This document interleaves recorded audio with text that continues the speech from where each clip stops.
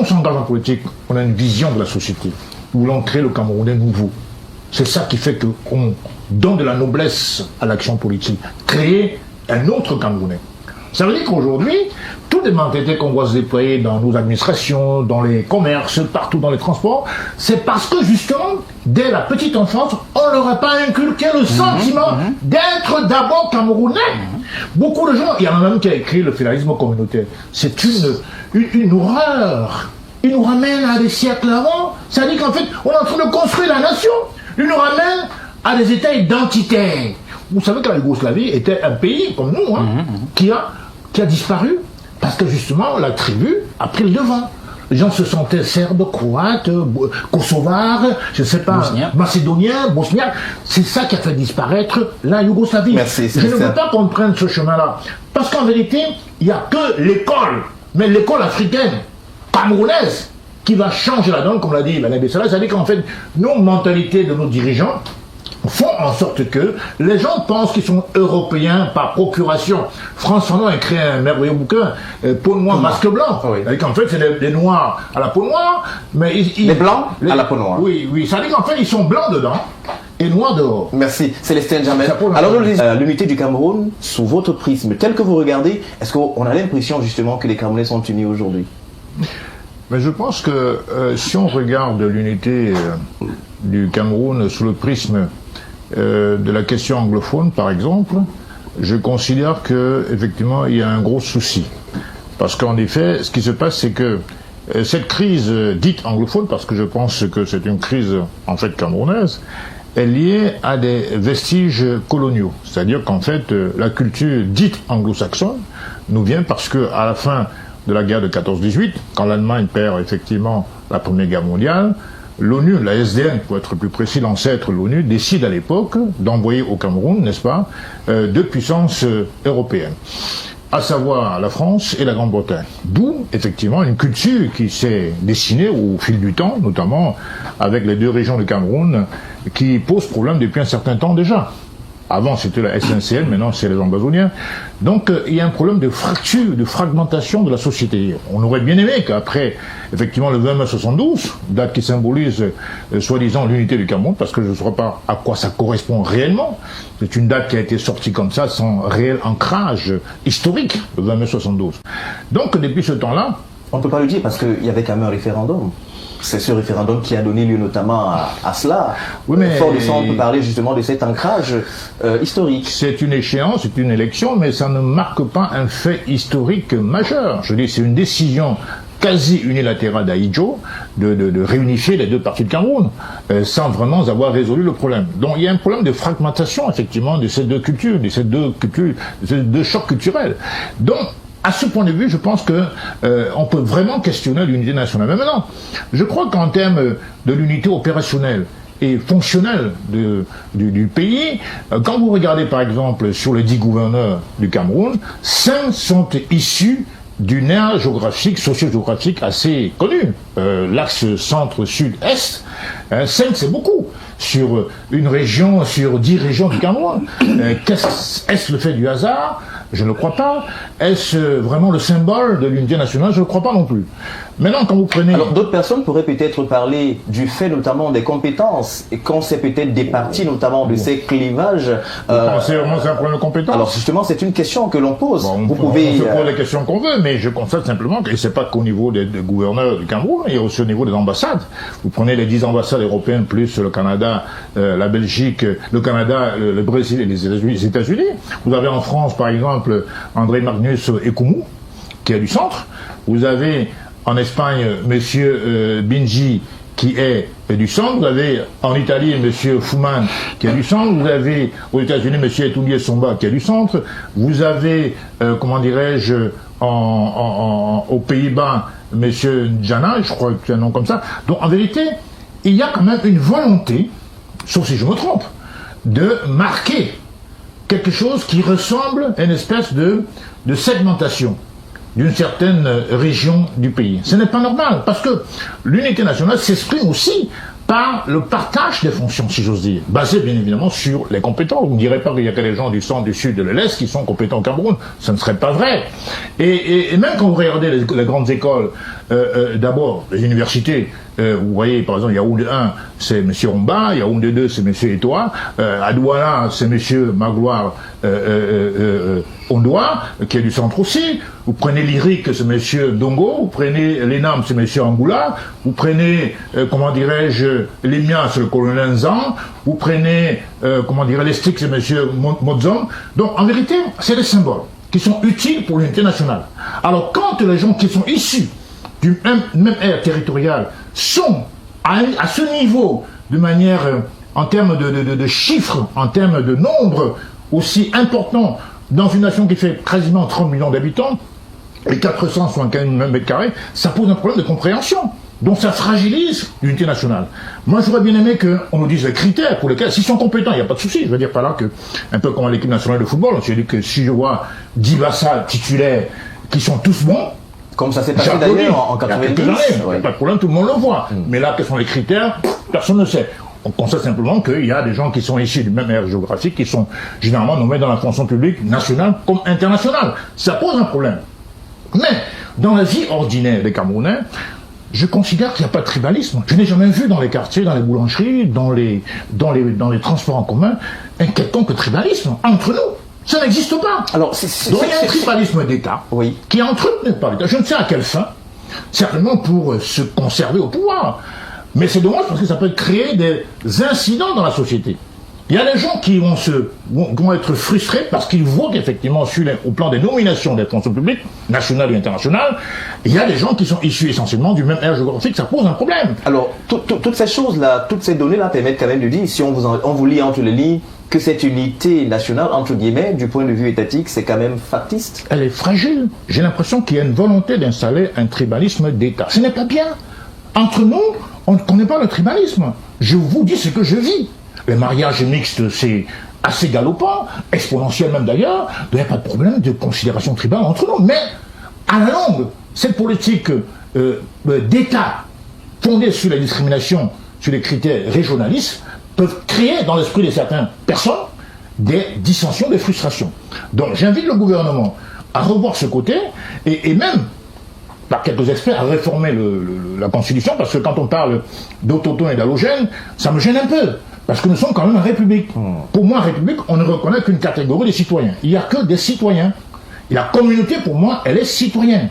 Je dis, quand vous avez une carte électorale, c'est pas marqué Bafia, c'est pas marqué Gambiti, c'est pas marqué Bamigué, c'est pas marqué Camerounais tout simplement. C'est Camerounais. Merci. Donc, moi, je pense que on doit faire un effort d'abord en termes de langage dans la Constitution, de toiletter la Constitution, d'enlever les termes autochtones, d'enlever les termes allogènes, parce qu'en vérité, l'UNESCO et l'ONU reconnaissent comme seule minorité, c'est les Bororo et les Pygmées.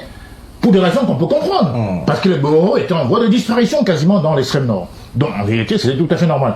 Et quand Ahidjo invente... Vous sortez par là l'équilibre régional en 1963, c'est parce qu'il s'était rendu compte qu'effectivement, il y avait une espèce de retard scolaire ou académique dans la région du Grand Nord, qu'on appelait à l'époque la province du Nord. Donc aujourd'hui, 63 ans après, il n'y a pas de raison que nos enseignants, qu'on n'ait pas assez d'enseignants pour les envoyer dans tous les 4 coins du pays. Donc ça ne s'explique pas. Et c'est ça qui fragilise l'unité nationale, qui semble être que de nom. Merci. Donc il faut un travail politique. Merci beaucoup, Célestin. Alors, en une minute. Allez-y, 30 secondes, c'est bon pour vous. 30 secondes, oui. Avec la permission des autres, vous savez, le Cameroun Baching, ça nous embarrasse un peu. Le Cameroun, quoi? Le Cameroun Baching. Vous savez, on ne peut pas, dans un pays, considérer que la construction de l'unité nationale, c'est telle tribu, c'est telle autre. D'où l'urgence que... Parce que j'ai dit, hein. D'où l'urgence que... Hein. Il faut changer le curriculum de formation académique, parce que, vous voyez, vous, les États-Unis, que vous connaissez certainement bien, on supplie les enfants pour être des fonctionnaires, là-bas, pour travailler à l'agence fédérale.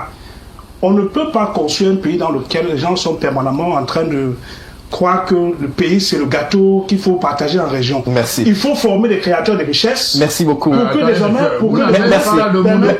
merci. On va revenir. C'est le Saint-Germain. Cameroun bâti. Oui. Il va insinuer qu'il y a des gens qui tirent sur le Cameroun. C'est bon. Ils ne peuvent pas avoir le monopole. Vous allez rectifier ça dans un instant. Vous allez rectifier n'importe quoi. Tout à fait. Vous allez rectifier dans un instant. Il est fait historique. et chacun tire les conséquences. Merci, il n'y a pas de bashing du Cameroun. Alors, on va rectifier ça tout à l'heure dans vos prochaines prises de parole. Georges Auriol-Lekama, vous êtes sociologue, vous prenez le temps d'observer les faits sociaux, mais on parle là de l'unité nationale. Normalement, lorsqu'on parle de l'unité nationale, on parle d'une identité, on va le dire peut-être culturelle, ou alors une identité nationale. Mais du point de vue culturel, on a cette diversité culturelle camerounaise. On a d'ailleurs cet héritage colonial. Célestin Jamel a parlé tout à l'heure de l'Angleterre et de la France. Est-ce que, sous ce prisme-là, encore dans ces contextes, on peut retrouver une identité culturelle camerounaise et justement bâtir l'unité du Cameroun là-dessus? Merci Raoul. Tout à l'heure, lorsque j'écoutais les uns et les autres, j'ai soulevé un problème. La question de l'unité au Cameroun est un problème en elle. La question de l'unité est un problème en elle-même, cette question, pour la simple raison que la diversité culturelle du Cameroun pose le problème de l'unité. D'ailleurs, lorsque vous regardez la plupart des documents ou des concepts qui sont utilisés au Cameroun, on dit l'unité dans la diversité. Vous voyez, ceux qui ont fait les lettres, on voit constate qu'il y a deux terres opposées. Oui. Comment il peut y avoir une unité dans la diversité? Ça signifie que le Cameroun a une équation à résoudre. Comment trouver l'unité sur la base de la diversité? Donc vous voyez qu'il y a déjà un problème à la base. Du point de vue stylistique, ça ressemble à l'oxymore. Par exemple, voilà. Et vous voyez, ce problème est congénital au Cameroun. N'est même pas l'affaire de la colonisation, c'est sûr, cela. Qu'on avait été colonisé ou pas, on aurait au moins 240 ethnies au Cameroun. Et on devait réfléchir sur la question de l'unité de ces 240 ethnies. Alors, quels sont les facteurs qui nous amènent à construire cette unité? C'est là la bonne question. Quels sont les facteurs qui nous permettent de construire cette unité? Raoul, lorsqu'on veut analyser au Cameroun sur le prisme des communautés, moi je suis un peu gêné. Je suis gêné par exemple quand j'écoute le grand frère. Oui, j'arrive. Tout à l'heure, par exemple, lorsqu'on veut réduire les Camerounais dans des aires culturelles, ça fait aussi problème. Mais c'est pas moi. Moi, par exemple, je suis originaire du département du Mbam, arrondissement d'Ombessa. Est-ce que je me reconnais Betty? Je ne me reconnais pas Betty. Vous le connaissez comment? Tout à l'heure, si je disais sur ce plateau, Bigno Batoba Bele Bele, moi je parle au Yambassa ou le Nougounou, mais le Douala me comprend. Et on va me classer dans quelle catégorie? À côté du Betty ou à côté du Douala qui me comprend? Lorsque le Bamoun dit Ya, ou Ya Nayar, le Douala dit Ya, vous le placez dans quelle catégorie aussi? Donc vous voyez que... Alors vous le tirez là sur le plan pratiquement anthropologique. Il faut regarder un peu l'anthropologie linguistique pour pouvoir encore résoudre. Mais toujours est-il que... Voici l'impression que j'ai. Lorsque le président Ahidjo prend le pouvoir, il a un défi. Comment amener le Cameroun vers le progrès? Est-ce sur la voie du développement ou est-ce sur la voie de l'unité nationale? Il se dit, ok, unis nous serons forts. On va se concentrer sur la consolidation de l'unité à travers laquelle on va arriver au progrès. Mais vous parlez aujourd'hui, depuis 1960, nous sommes en 2025, 65 ans après, on n'a pas réussi l'unité. Nous n'avons pas d'unité, il faut le dire. Aujourd'hui, chacun a le chez lui. Les communautés se dressent. La mondialisation nous a amenés à se resserrer. Qu'est-ce qui explique par exemple la résurgence des fêtes traditionnelles? Longondo, Longon, le Nyang, le Nekan, tout ce que vous pouvez imaginer. C'est que face à un environnement hostile, les Camerounais ont créé un repli identitaire. Aujourd'hui, chacun se reconnaît chez lui. Aujourd'hui, c'est quand? C'est dimanche. Hier, vendredi, la plupart des corps allaient où? Tous ceux qui sont morts à Douala sont allés où? Ils sont allés chez eux. Est-ce qu'on va l'ignorer? Ce sont des faits. Allons, prenons la route Douala-Nkonsamba. Regardez le nombre de cadavres qui partent au village. Chacun rentre chez lui. Donc, 1960, 2025, on n'a pas réussi à bâtir l'unité. Alors, il faut repartir sur une nouvelle base. Comment bâtir l'unité du Cameroun? Et que lorsqu'il dit qu'elle a construit, elle est effectivement à construire. Quels sont les piliers sur lesquels on peut appuyer pour pouvoir arriver? Prenons l'histoire des grandes puissances aujourd'hui. Les grandes puissances sont appuyées sur ce qu'on va appeler une historicité, une forte histoire. Lorsque vous voyez la France, l'Angleterre aujourd'hui, lorsque vous regardez l'histoire, c'est pratiquement 2000 ans de construction de l'unité nationale. Mais nous sommes à pratiquement 65 ans. Ça signifie qu'on est à l'aube de l'unité. Alors, quels sont les éléments? Cela peut être utilisé comme excuse, Georges, 63 ans après. Cela peut être utilisé comme une excuse. Il y a d'autres facteurs qu'on peut utiliser. Il a soulevé un facteur intéressant, le bien-être des Camerounais. Lorsque chacun se sent bien, il a moins de problèmes avec l'autre. Mais lorsque vous avez faim, vous avez l'impression que c'est l'autre qui vous empêche de manger. Vous voyez, donc, ce palier est là. Raoul, lorsque les Lions indomptables jouent et qu'ils gagnent, il y a une unité derrière. Lorsque le vert rouge a flotté à Sydney 2000, lorsque Françoise Bangola a soulevé, lorsque Francis Ngannou fait des victoires, les Camerounais sont contents. Il n'y a pas de distinction. Donc, il faut qu'aujourd'hui, nous réfléchissons quels sont les piliers sur lesquels nous pouvons consolider l'unité nationale. Elle est à construire. On ne peut pas dire, regardons un peu le thème de cette année, moi j'ai ri, armée et nation. Cela va sans dire qu'il y a deux entités. Il y a une entité quelque part, l'armée, il y a une autre entité quelque part, la nation. Mais comment une armée nationale peut être tirée de son entité? La question pourrait se poser. Ceux qui ont fait les mathématiques, éléments de logique, P et Q n'est vrai que lorsque P et Q sont simultanément vrais. Donc, comment on pouvait donc tirer l'armée de la nation? Ça signifie qu'on a une armée, peut-être qui n'est même pas encore nationalisée. Il y a une armée qui est une entité en dehors de la nation. C'est même quoi la nation? Mais la nation, c'est ce sentiment d'appartenance à un groupe. Chacun sent que je suis Camerounais. Mais aujourd'hui, lorsque nous fuyons le pays pour aller au Canada, pourquoi on fuit le pays? C'est comme si on n'est pas chez nous. C'est comme si dans notre pays, il y a c'est Tanga Nord et Tanga Sud.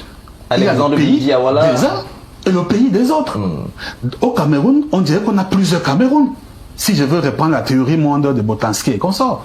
Donc, ceux qui dirigent au Cameroun ou ceux qui aspirent à diriger le Cameroun doivent s'asseoir et réfléchir sur les piliers sur lesquels on va bâtir la nouvelle dynamique qui doit nous amener à une véritable unité nationale. Merci. Qu'est-ce qu'il faut proposer concrètement pour avoir cette unité manquée depuis 63 ans? Bien. Alors, avant de répondre à cette question, permettez-moi de dire que tout à l'heure, M. Sédissé venait de... Sédissé, autant pour moi. Venait de... Dieudonné. Pardonnez-moi si j'ai gratiné un peu votre nom, mais c'est la première fois que je vous vois et puis je ne vous connais pas personnellement. Alors, donc, quand on parle, il vient de décrire un pan de la société camerounaise, c'est-à-dire au niveau de la justice, au niveau de l'économie, au niveau des régions. Il a tout à fait raison. Pour autant, je n'ai pas pensé qu'il faisait du bashing, Cameroun bashing.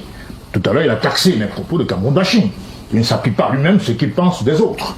On peut décrire la société sans pour autant qu'il s'agisse du bashing.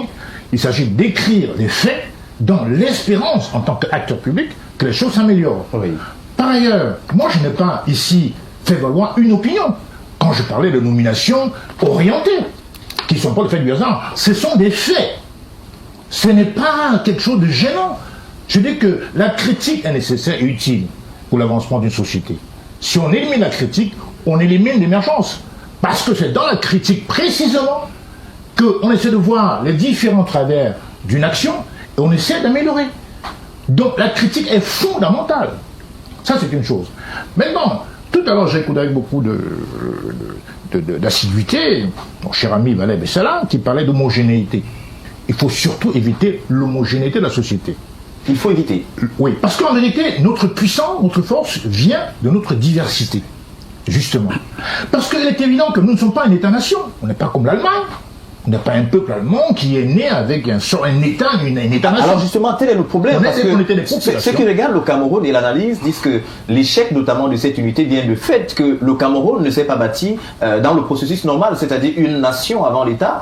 On a un État, peut-être par décret, voilà, comme disait Valais Bessala, qui s'est mis en place avec tous les différents constituants d'un État. Oui. Et aujourd'hui, les gens se reconnaissent beaucoup plus appartenant à une région plutôt qu'à une nation.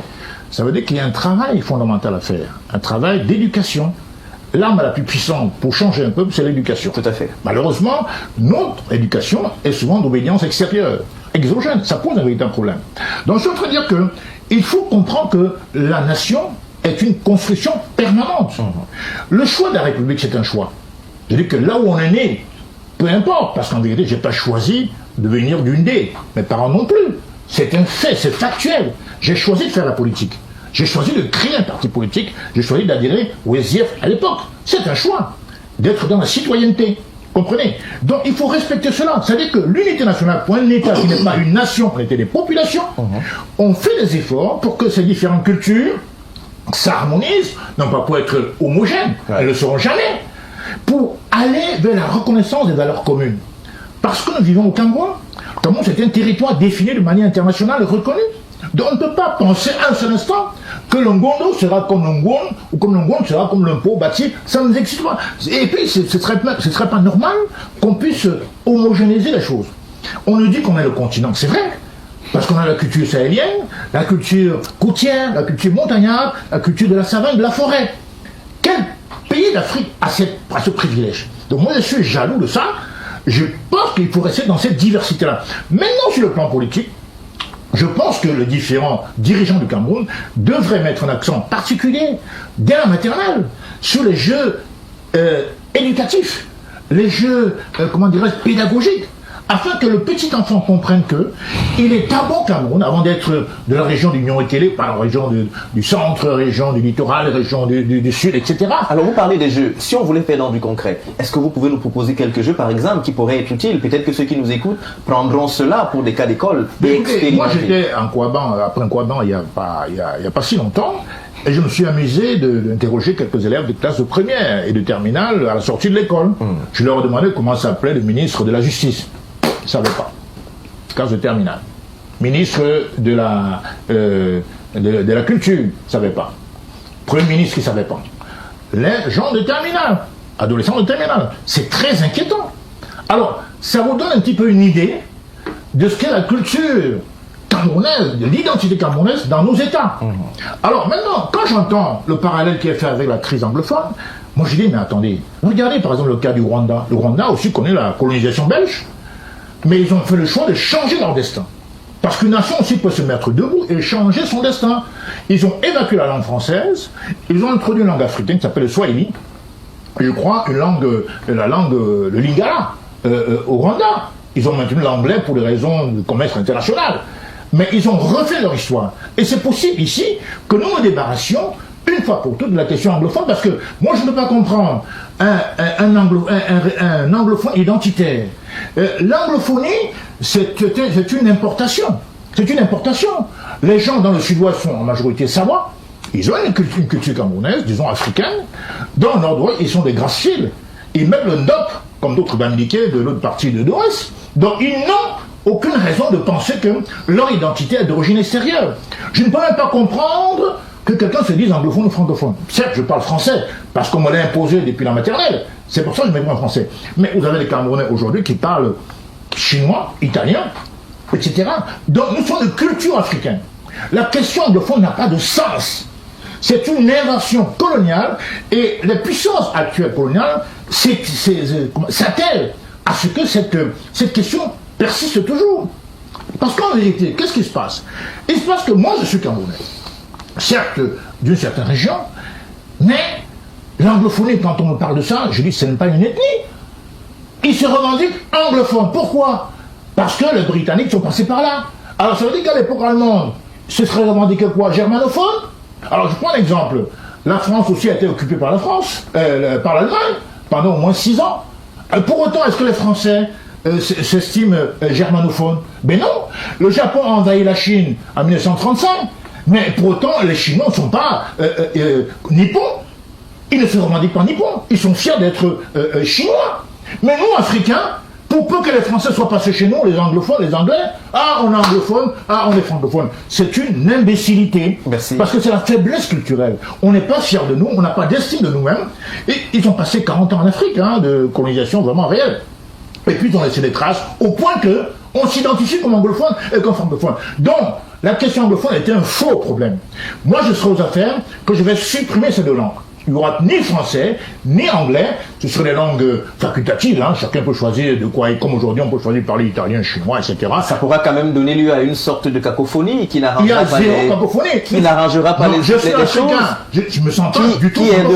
Qui aidera davantage à créer ce fossé entre les Camerounais. Quel fossé? Si on supprime l'anglais, quel est le fossé? Dites-nous, il faudra forcément... fossé, puisque d'abord, si on est anglophone, soi-disant francophone, c'est bien parce qu'à partir de 1922, les Français et les Britanniques sont venus. Nous avons le droit de réorienter notre histoire en tant que patriotes. Donc il n'y a aucun souci à dire qu'on supprime le français et l'anglais. D'ailleurs, on ne serait pas la première nation à le faire. Le Rwanda, je vous l'ai dit, le fait. Beaucoup d'autres pays l'ont fait. Donc il faut arrêter de penser que nous sommes condamnés à être anglo-saxons. Ils l'ont fait, comme vous l'avez dit vous-même tout à l'heure, ils l'ont fait et trouvé justement une langue palliative. Georges Auriol Lekama, alors comment est-ce qu'on peut faire justement pour construire cette unité, parce qu'on est en train de sortir de cette thématique? Comment faire pour construire? Le tableau a été dressé ici, un certain nombre d'éléments qui ont été mis en avant, mais justement pour l'œil du sociologue, on parle entre autres de la sociologie-action. Si on était dans ce prisme de la sociologie-action, qu'est-ce que vous proposeriez justement pour avoir cette unité mal construite ou alors pas du tout construite en 63 ans? C'est vrai que c'est lourd hein, comme réponse, mais je pense que simplement les Camerounais doivent être entrés en relation. Il faut que les Camerounais soient liés à eux-mêmes, liés à leur histoire, liés à leur territoire, liés aux autres Camerounais. Un exemple, comme vous pouvez imaginer que les chefs de département n'arrivent pas à avoir des routes qui les relient. Comment comprendre que par exemple Yabassi, qui est le département du Cam, ne soit pas relié par une route goudronnée au département du Mungo voisin, au département du Cam voisin, au département du Vori voisin? Comment les populations de Yabassi rencontrent celles du Mungo facilement? Comment c'est les populations? Ce qui est vrai pour le Mungo est vrai pour Bangem. Comment comprendre que Bangem, d'abord, les deux frères, Mbo et Kossi d'un côté et Mbo de l'autre côté, qui parlent la même langue, mais n'arrivent pas à avoir une route qui les unit? C'est-à-dire que son frère Bakosi, qui sort du coupé Manengomba, ne peut pas facilement aller rencontrer son frère Mbo qui est du côté d'un Konsamba.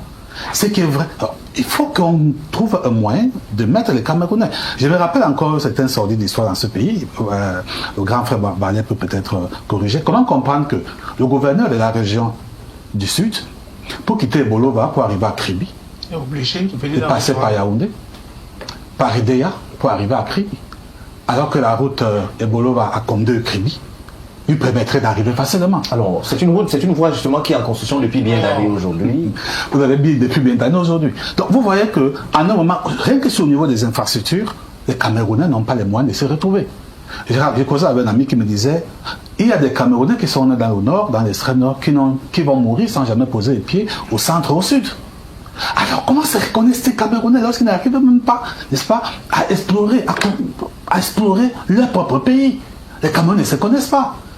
Il appelle de l'éducation. Il vient de donner des exemples. Les enfants, les élèves ne connaissent pas leur pays. Donnez-moi le nom d'un ministre camerounais, on ne connaît pas. Je suis sûr que si demain ils étaient en train de se balader dans la rue, on ne les connaîtrait même pas. Parce qu'actuellement, ils sont sur TikTok, ils sont sur je ne sais pas quoi, en train de regarder. Ils ne sont pas en train de regarder. Donc il y a un problème d'éducation. Moi, j'ai vu en France, au temps du président Sarkozy, on avait imposé que dans les salles de classe, on affiche certaines informations. C'est l'hymne national, c'est certains emblèmes nationaux dans les salles de classe, afin que tout enfant qui est entré dans la salle de classe connaisse. Mais aujourd'hui, nous sommes éparpillés.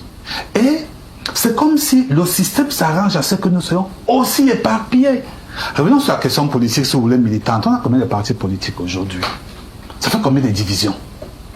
Ça fait combien de Camerounais qui sont divisés dans les partis politiques? Rappelons que c'est une thématique à l'ordre du jour. Aujourd'hui, si je partais à l'élection, je devrais choisir un Camerounais parmi tant d'autres. Comme si j'en excluais. Donc, le minimum d'unité voudrait que les Camerounais se retrouvent entre eux.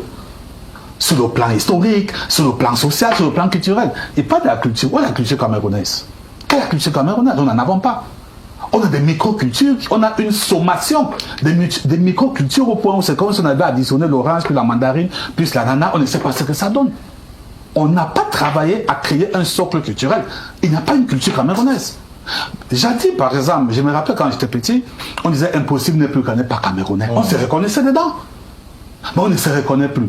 Le football qui était notre socle, tout le monde se reconnaissait dans les années 90, Lyon indomptable. Aujourd'hui, on ne se reconnaît plus. On a d'un côté les églisiens, on a de l'autre côté, comment on les appelle encore? Les hiboux. Mais vous voyez qu'à chaque niveau, les Camerounais se séparent. À chaque niveau, les Camerounais se séparent. La question de l'unité est une question fondamentalement politique. Et ce sont des hommes politiques qui doivent faire leur travail. On a l'impression qu'ils ont démissionné. Les politiques doivent s'asseoir et donner la dynamique, la direction à suivre. Un bon projet de société promu auprès des populations et on achète à travers le vote. Aujourd'hui, nombreux vont aller voter par exemple en octobre. Mais ils votent quoi? Ils votent des projets ou des programmes de société? Mais non, ils ne votent pas. Ils votent l'appartenance à une communauté. Ils votent les individus. Si vous lui demandez que vous avez voté pourquoi, quel est le projet de société d'État? Ils ne connaissent pas. Donc, il a soulevé la question de la culture politique. Donc, il faut une véritable culture. Comment qu'on enseigne les enfants? Que les médias jouent leur rôle, qu'on enseigne la culture politique, qu'on ne vote pas pour le plaisir, qu'il a une bonne tête, il est beau, qu'on ne dit pas chaud tous les jours. Non, mais qu'avant d'aller voter, quelqu'un vous a présenté un projet de société, vous vous y reconnaissez, vous l'étudiez. Moi, avant de venir, j'ai fouillé sur lui, Qui est-il? Mais si vous ne connaissez même pas, parce qu'il a le même nom que moi, il est du même village que moi, il est de la même communauté, de la même église que moi. Mais alors? Merci. Georges Auriol. Je pense que l'état d'esprit est primordial. Comment, quand on s'engage en politique, on a une vision de la société, où l'on crée le Camerounais nouveau. C'est ça qui fait qu'on donne de la noblesse à l'action politique. Créer un autre Camerounais. Ça veut dire qu'aujourd'hui, toutes les mentalités qu'on voit se déployer dans nos administrations, dans les commerces, partout dans les transports, c'est parce que justement, dès la petite enfance, on leur a pas inculqué le sentiment d'être d'abord Camerounais. Beaucoup de gens, il y en a même qui a écrit le fédéralisme communautaire. C'est une horreur. Il nous ramène à des siècles avant. Ça dit qu'en fait, on est en train de construire la nation. Il nous ramène à des états identitaires. Vous savez que la Yougoslavie était un pays comme nous, qui a disparu parce que justement la tribu a pris le devant. Les gens se sentaient serbes, croates, kosovars, je ne sais pas, macédoniens, bosniaques. C'est ça qui a fait disparaître la Yougoslavie. Merci, je ne veux pas qu'on prenne ce chemin-là. Parce qu'en vérité, il n'y a que l'école, mais l'école africaine, camerounaise, qui va changer la donne, comme l'a dit Mme Bessala. C'est-à-dire qu'en fait, nos mentalités de nos dirigeants font en sorte que les gens pensent qu'ils sont européens par procuration. France Fanon a créé un merveilleux bouquin, Peau noire, masque blanc. Oui. En fait, c'est les noirs à la peau noire, mais les blancs à la peau noire. Oui, oui. Ça veut dire qu'en fait, ils sont blancs dedans et noirs dehors. Merci, Célestin Jamel. Alors, nous